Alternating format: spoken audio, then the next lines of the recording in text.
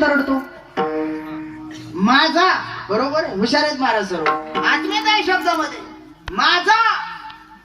पहा, ज्या टायमाला लोकमान्य टिळक शाळेमध्ये शिकत होते लहान असताना, हे लक्ष द्या, तुम्ही सर्व उद्याचे लोकमान्य टिळक आहेत, लक्ष द्या.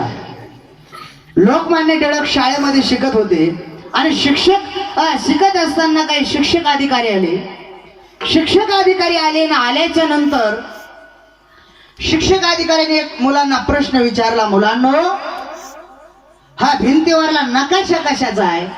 त्या टायमाला पहिला मुलगा उठला, सांगितलं गुरुजी हा नकाशा इंडियाचा आहे. दुसरा उठला, गुरुजी हा नकाशा हिंदुस्थानाचा आहे.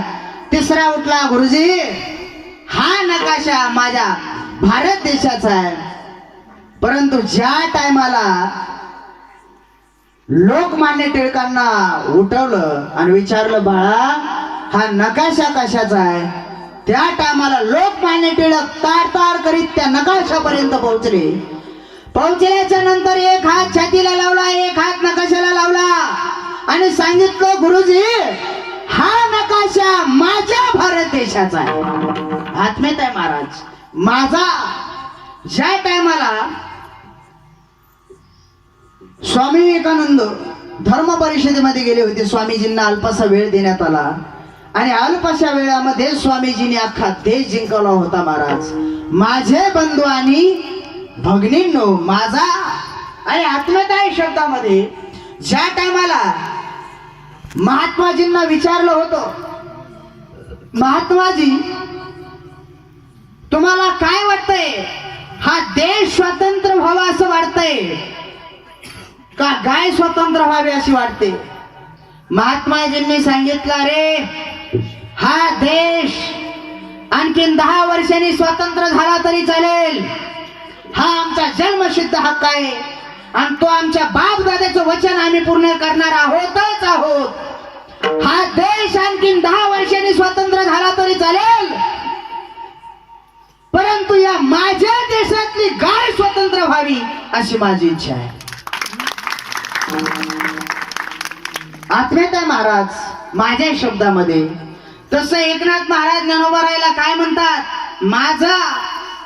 आत्मीयता महाराज असे बरेच अभंगत काही की त्याच्यामधून एकनाथ महाराजांनी ज्ञानोबारायला माझ्या माझ्या या नावाने वर्णन केलेले. महाराज ज्ञानोबारायांचं कैवल्याचा पुतळा, प्रगटला भूतळा, चैतन्याचा ज्वाळा, साधकाचा मायबाप, दर्शने हरिताप, सर्वाभूती सुखरूप ज्ञानोबा माझा. माझा ज्ञानेश्वर.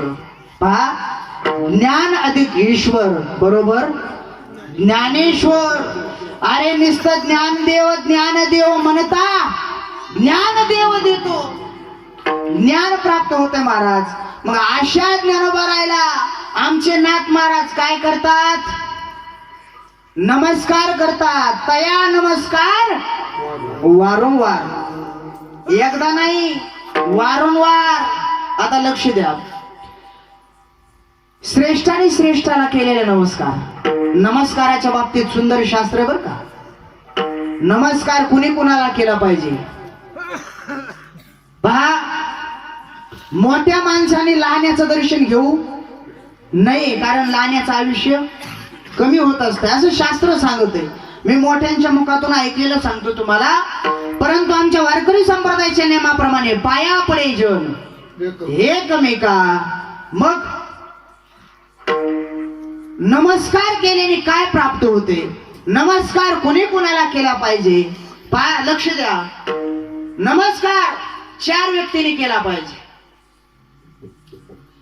पतीने पत्नीला नमस्कार केला पाहिजे,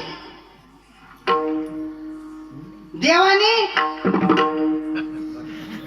आहेत जागे, आहेत जागे, हा आहेत महाराज जागे आहेत ना सर्वजण.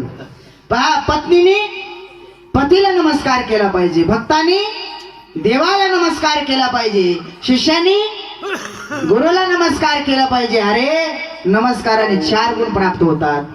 ज्ञानोबा सांगतात, अभिवादनशीलश्च नित्यम हृदोपशे विनाः चत्वारि तस्य वर्धन्ति आयुर विद्या यशो बलम. 4 गुण नमस्काराने प्राप्त होतात. आयुष्य वाढलं सच्चिदानंद बाबांनी. ज्ञान प्राप्त झालं एकलव्याला, बल प्राप्त झालं भीमदादाला, आणि यश प्राप्त झालं हनुमंतरायाला. 4 गुण नमस्काराने प्राप्त होतात महाराज. मग अशा ज्ञानोबारायला आमचे नाथ महाराज नमस्कार करतात. तया नमस्कार वारंवार नमस्कार.